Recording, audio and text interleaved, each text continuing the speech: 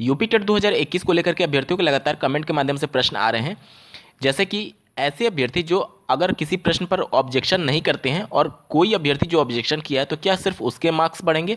इसके अलावा प्रश्नों का उत्तर देते समय एक से ज़्यादा बबल उनके द्वारा कर दिया गया है, या फिर कैटेगरी वो छोड़ दिए हैं, जैसे ओबीसी एससी एसटी भरना था वो छोड़ दिए हैं, तो क्या जनरल के हिसाब से उनको 90 अंक पाना अनिवार्य होगा।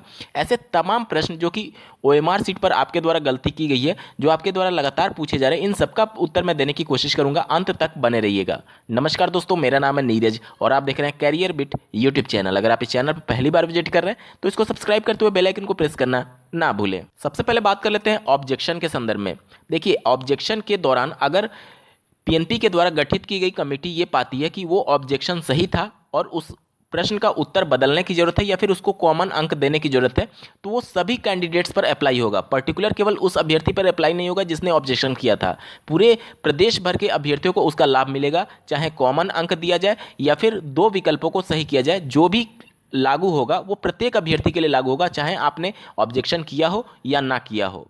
अब आते हैं आपके ओएमआर सीट पर की गई गलतियों के बारे में। सबसे ज़्यादा जो मोस्ट कॉमन प्रश्न आप लोग के आ रहे हैं वो ये कि कोई अभ्यर्थी जैसे कैटेगरी से बिलोंग करता है, ओबीसी एससी एसटी या फिर फिजिकली हैंडीकैप्ड या फिर एक्स सर्विसमैन, तो इन सब के लिए जो क्वालिफाइंग मार्क्स होता है वो 82 अंक होता है। लेकिन अनरिजर्व जनरल अभ्यर्थी की बात करें तो उनके लिए क्वालिफाइंग मार्क्स 90 अंक होता है। कोई अभ्यर्थी अगर ओएमआर सीट पर अपना कैटेगरी लिखना भूल गया है तो क्या जनरल के हिसाब से उनको 90 अंक पाने पर ही उनको क्वालिफाई माना जाएगा या फिर उनके कैटेगरी में क्वालिफाई माना जाएगा। देखिए, इस प्रश्न का उत्तर यह है कि आपने आवेदन करते समय जिस कैटेगरी में आवेदन किया होगा उसी कैटेगरी के अनुसार आपका रिजल्ट घोषित किया जाता है। ओएमआर सीट पर जहां पर आपको कैटेगरी लिखनी थी उसके सापेक्ष कोई भी बबल करना नहीं था। ऑप्टिकल मार्क रीडर यानी कि मशीन जिससे आपके ओएमआर सीट की जांच होती है वो सिर्फ बबल को ही रीड करता है। आपने पेन से क्या लिखा है उसको वो रीड नहीं करता। जो आप गोला को रंगते हैं, बबल करते हैं, कलर करते हैं, सिर्फ वही चीज़ें वो रीड कर पाता है। तो आपने कैटेगरी लिख दिया है, नहीं लिखा है, गलती कर दिया है, छोड़ दिया है, मिस हो गया है, उससे कोई फर्क नहीं पड़ेगा। आपने आवेदन करते समय जो भी कैटेगरी के अंदर आपने आवेदन किया होगा, जैसे ओबीसी एससी एसटी या फिर किसी भी कैटेगरी में आवेदन किया होगा, तो उसी कैटेगरी के अनुसार आपका क्वालिफाई या फिर डिसक्वालीफाई तय किया जाएगा पीएनपी के द्वारा। कहने का मतलब कि अगर आवेदन में आपने कैटेगरी में आवेदन किया होगा तो आपका क्वालिफाइंग अंक 82 ही होगा, और अगर आपने अनरिजर्व कैटेगरी में अप्लाई किया होगा तो आपका क्वालिफाइंग अंक 90 होगा। ओएमआर सीट पर कैटेगरी भरे ना भरे उससे कोई फर्क नहीं पड़ता है। आपका रिजल्ट 100% घोषित होगा आपने आवेदन करते समय जिस कैटेगरी में भरा था उसके अनुसार। कुछ अभ्यर्थियों का सिग्नेचर को लेकर भी कमेंट आ रहे थे। देखिए, इन्विजिलेटर के सिग्नेचर और जो कैंडिडेट के सिग्नेचर हैं वो अगर आपसे मिस हो गए हैं तो घबराने की आवश्यकता नहीं है। उस कंडीशन में पीएनपी के द्वारा रिजल्ट की घोषणा कर दी जाती है। विगत वर्षों में देखा गया है कि जिन्होंने इन्विजिलेटर या फिर कैंडिडेट के सिग्नेचर मिस हो गए हैं ओएमआर सीट पर, उनके भी रिजल्ट की घोषणा हुई थी। तो आप घबराएं नहीं, आपके रिजल्ट की घोषणा कर दी जाएगी पीएनपी के द्वारा। तीसरा, ऐसे अभ्यर्थियों का प्रश्न आ रहा था जो कि एक ही प्रश्न के दो विकल्प को बबल कर दिए हैं। देखिए, आपका रिजल्ट 100% घोषित होगा। प्रभाव सिर्फ इतना पड़ेगा कि जिस प्रश्न का आपने दो बबल किया था यानी दो विकल्पों को कलर कर दिया था, पर्टिकुलर वो प्रश्न जांचा नहीं जाएगा।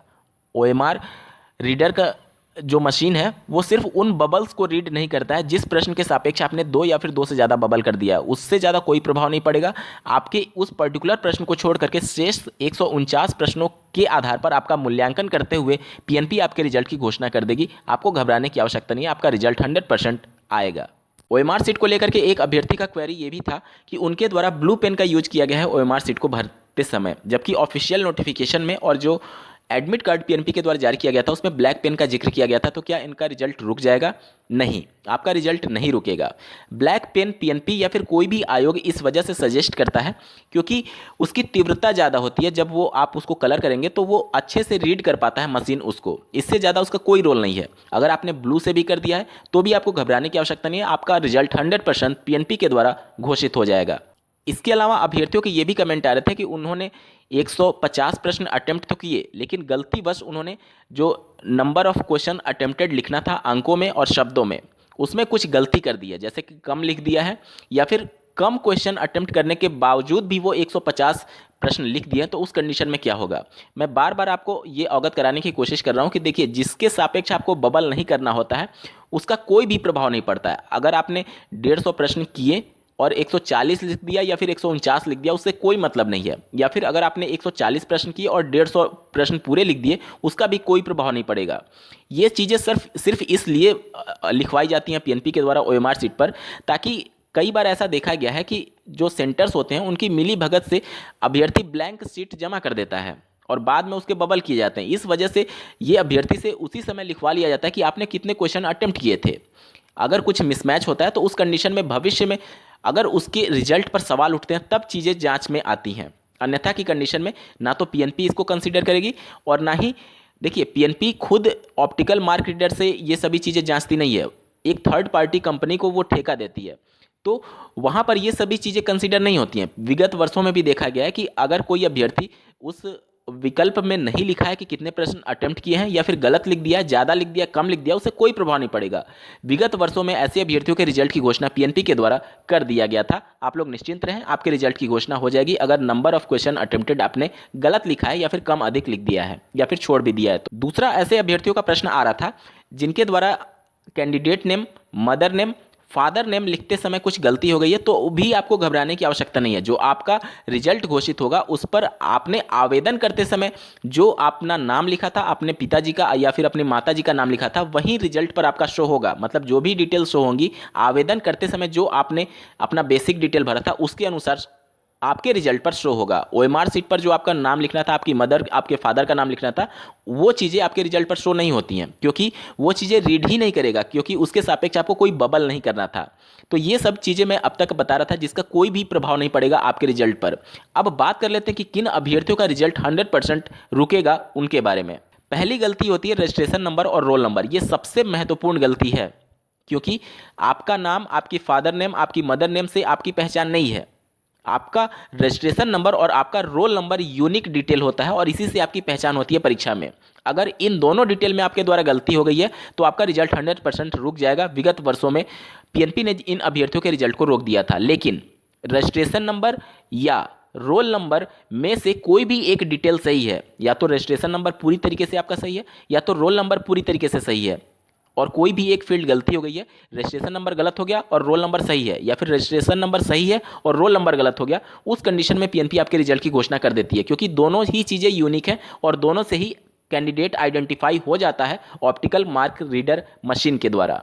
तो रजिस्ट्रेशन नंबर या फिर रोल नंबर में से कोई भी एक फील्ड गलत हो गया है तो घबराने की आवश्यकता नहीं है। अगर दोनों फील्ड गलत हो गया है तो आपको घबराने की आवश्यकता है, आपका रिजल्ट 100% रुक जाएगा। दूसरा, उन अभ्यर्थियों का रिजल्ट पीएनपी रोक देती है जिन्होंने क्वेश्चन बुकलेट कोड नहीं भरा होता है। आपने जब पेपर दिया होगा तो ABCD 4 कोड भरने थे, चारों में से एक कोड आपको भरना था जो कि आपका प्रश्न पत्र का कोड था। अगर आपने ये कोड नहीं भरा है तो आपका रिजल्ट 100% रुक जाएगा, क्योंकि जो मशीन है वो किस सीक्वेंस में आपके उत्तरों की जांच करे ये वो आइडेंटिफाई नहीं कर पाता जब तक कि आप उस क्वेश्चन बुकलेट नंबर को नहीं भरे रहते हैं। इस वजह से 100% आपका रिजल्ट रुक जाएगा अगर आपने question booklet number code ABCD में से कोई भी एक नहीं भरा है, या फिर अगर आपने गलत भर दिया है उस कंडीशन में भी आपका रिजल्ट प्रभावित होगा, क्योंकि भले ही आपने प्रश्नों का उत्तर सही दिया हो लेकिन चूंकि कोड आपने बदल दिया है उस कंडीशन में आपके प्रश्नों का सीक्वेंस बदल जाएगा। इस हिसाब से भले ही आपने उत्तर तो दिया है लेकिन वो मिसमैच हो जाएगा और तुक्के से जो इत्तेफाक से जो प्रश्न उसी सीक्वेंस में आ गए वहीं बस आपका सही होगा, बाकी के आपके उत्तर गलत हो जाएंगे। इस कंडीशन में आपका रिजल्ट तो घोषित होगा लेकिन वो आपका फेल शो करेगा, क्योंकि प्रश्न और उत्तर मिसमैच हो जाएंगे। तो कहने का मतलब कि अगर आपने क्वेश्चन बुकलेट नंबर छोड़ दिया है उस कंडीशन में तो रिजल्ट ही घोषित नहीं होगा, और अगर आपने भरा है लेकिन गलती भर दिया है तो उस हिसाब से आपका फेल शो करेगा आपके रिजल्ट में। तीसरा, उन अभ्यर्थियों का भी रिजल्ट पीएनपी के द्वारा प्रभावित किया जाता है जो कि सब्जेक्ट सेकंड लैंग्वेज वाला ऑप्शन सेलेक्ट नहीं करते हैं। जैसे कि पहला तो आपको हिंदी कंपलसरी है, दूसरा इंग्लिश, उर्दू और संस्कृत में से कोई एक लैंग्वेज आपको ऑप्ट करना होता है, और अगर आपने ये बबल नहीं किया तो भी आपका रिजल्ट पूरी तरीके से प्रभावित होता है। ये सभी चीज़ें आप पेपर 1 के लिए सुन रहे थे, यानी प्राइमरी लेवल के लिए। अपर प्राइमरी लेवल में एक और फील्ड बढ़ जाता है, मतलब ये सभी चीज़ें तो अपर प्राइमरी में पेपर 2 में अप्लाई होंगी ही होंगी, साथ ही एक और चीज़ बढ़ जाता है जो कि पार्ट 4 में आपको या तो मैथमेटिक्स और साइंस का पेपर अटेम्प्ट करना था या फिर सोशल साइंस का पेपर अटेम्प्ट करना था।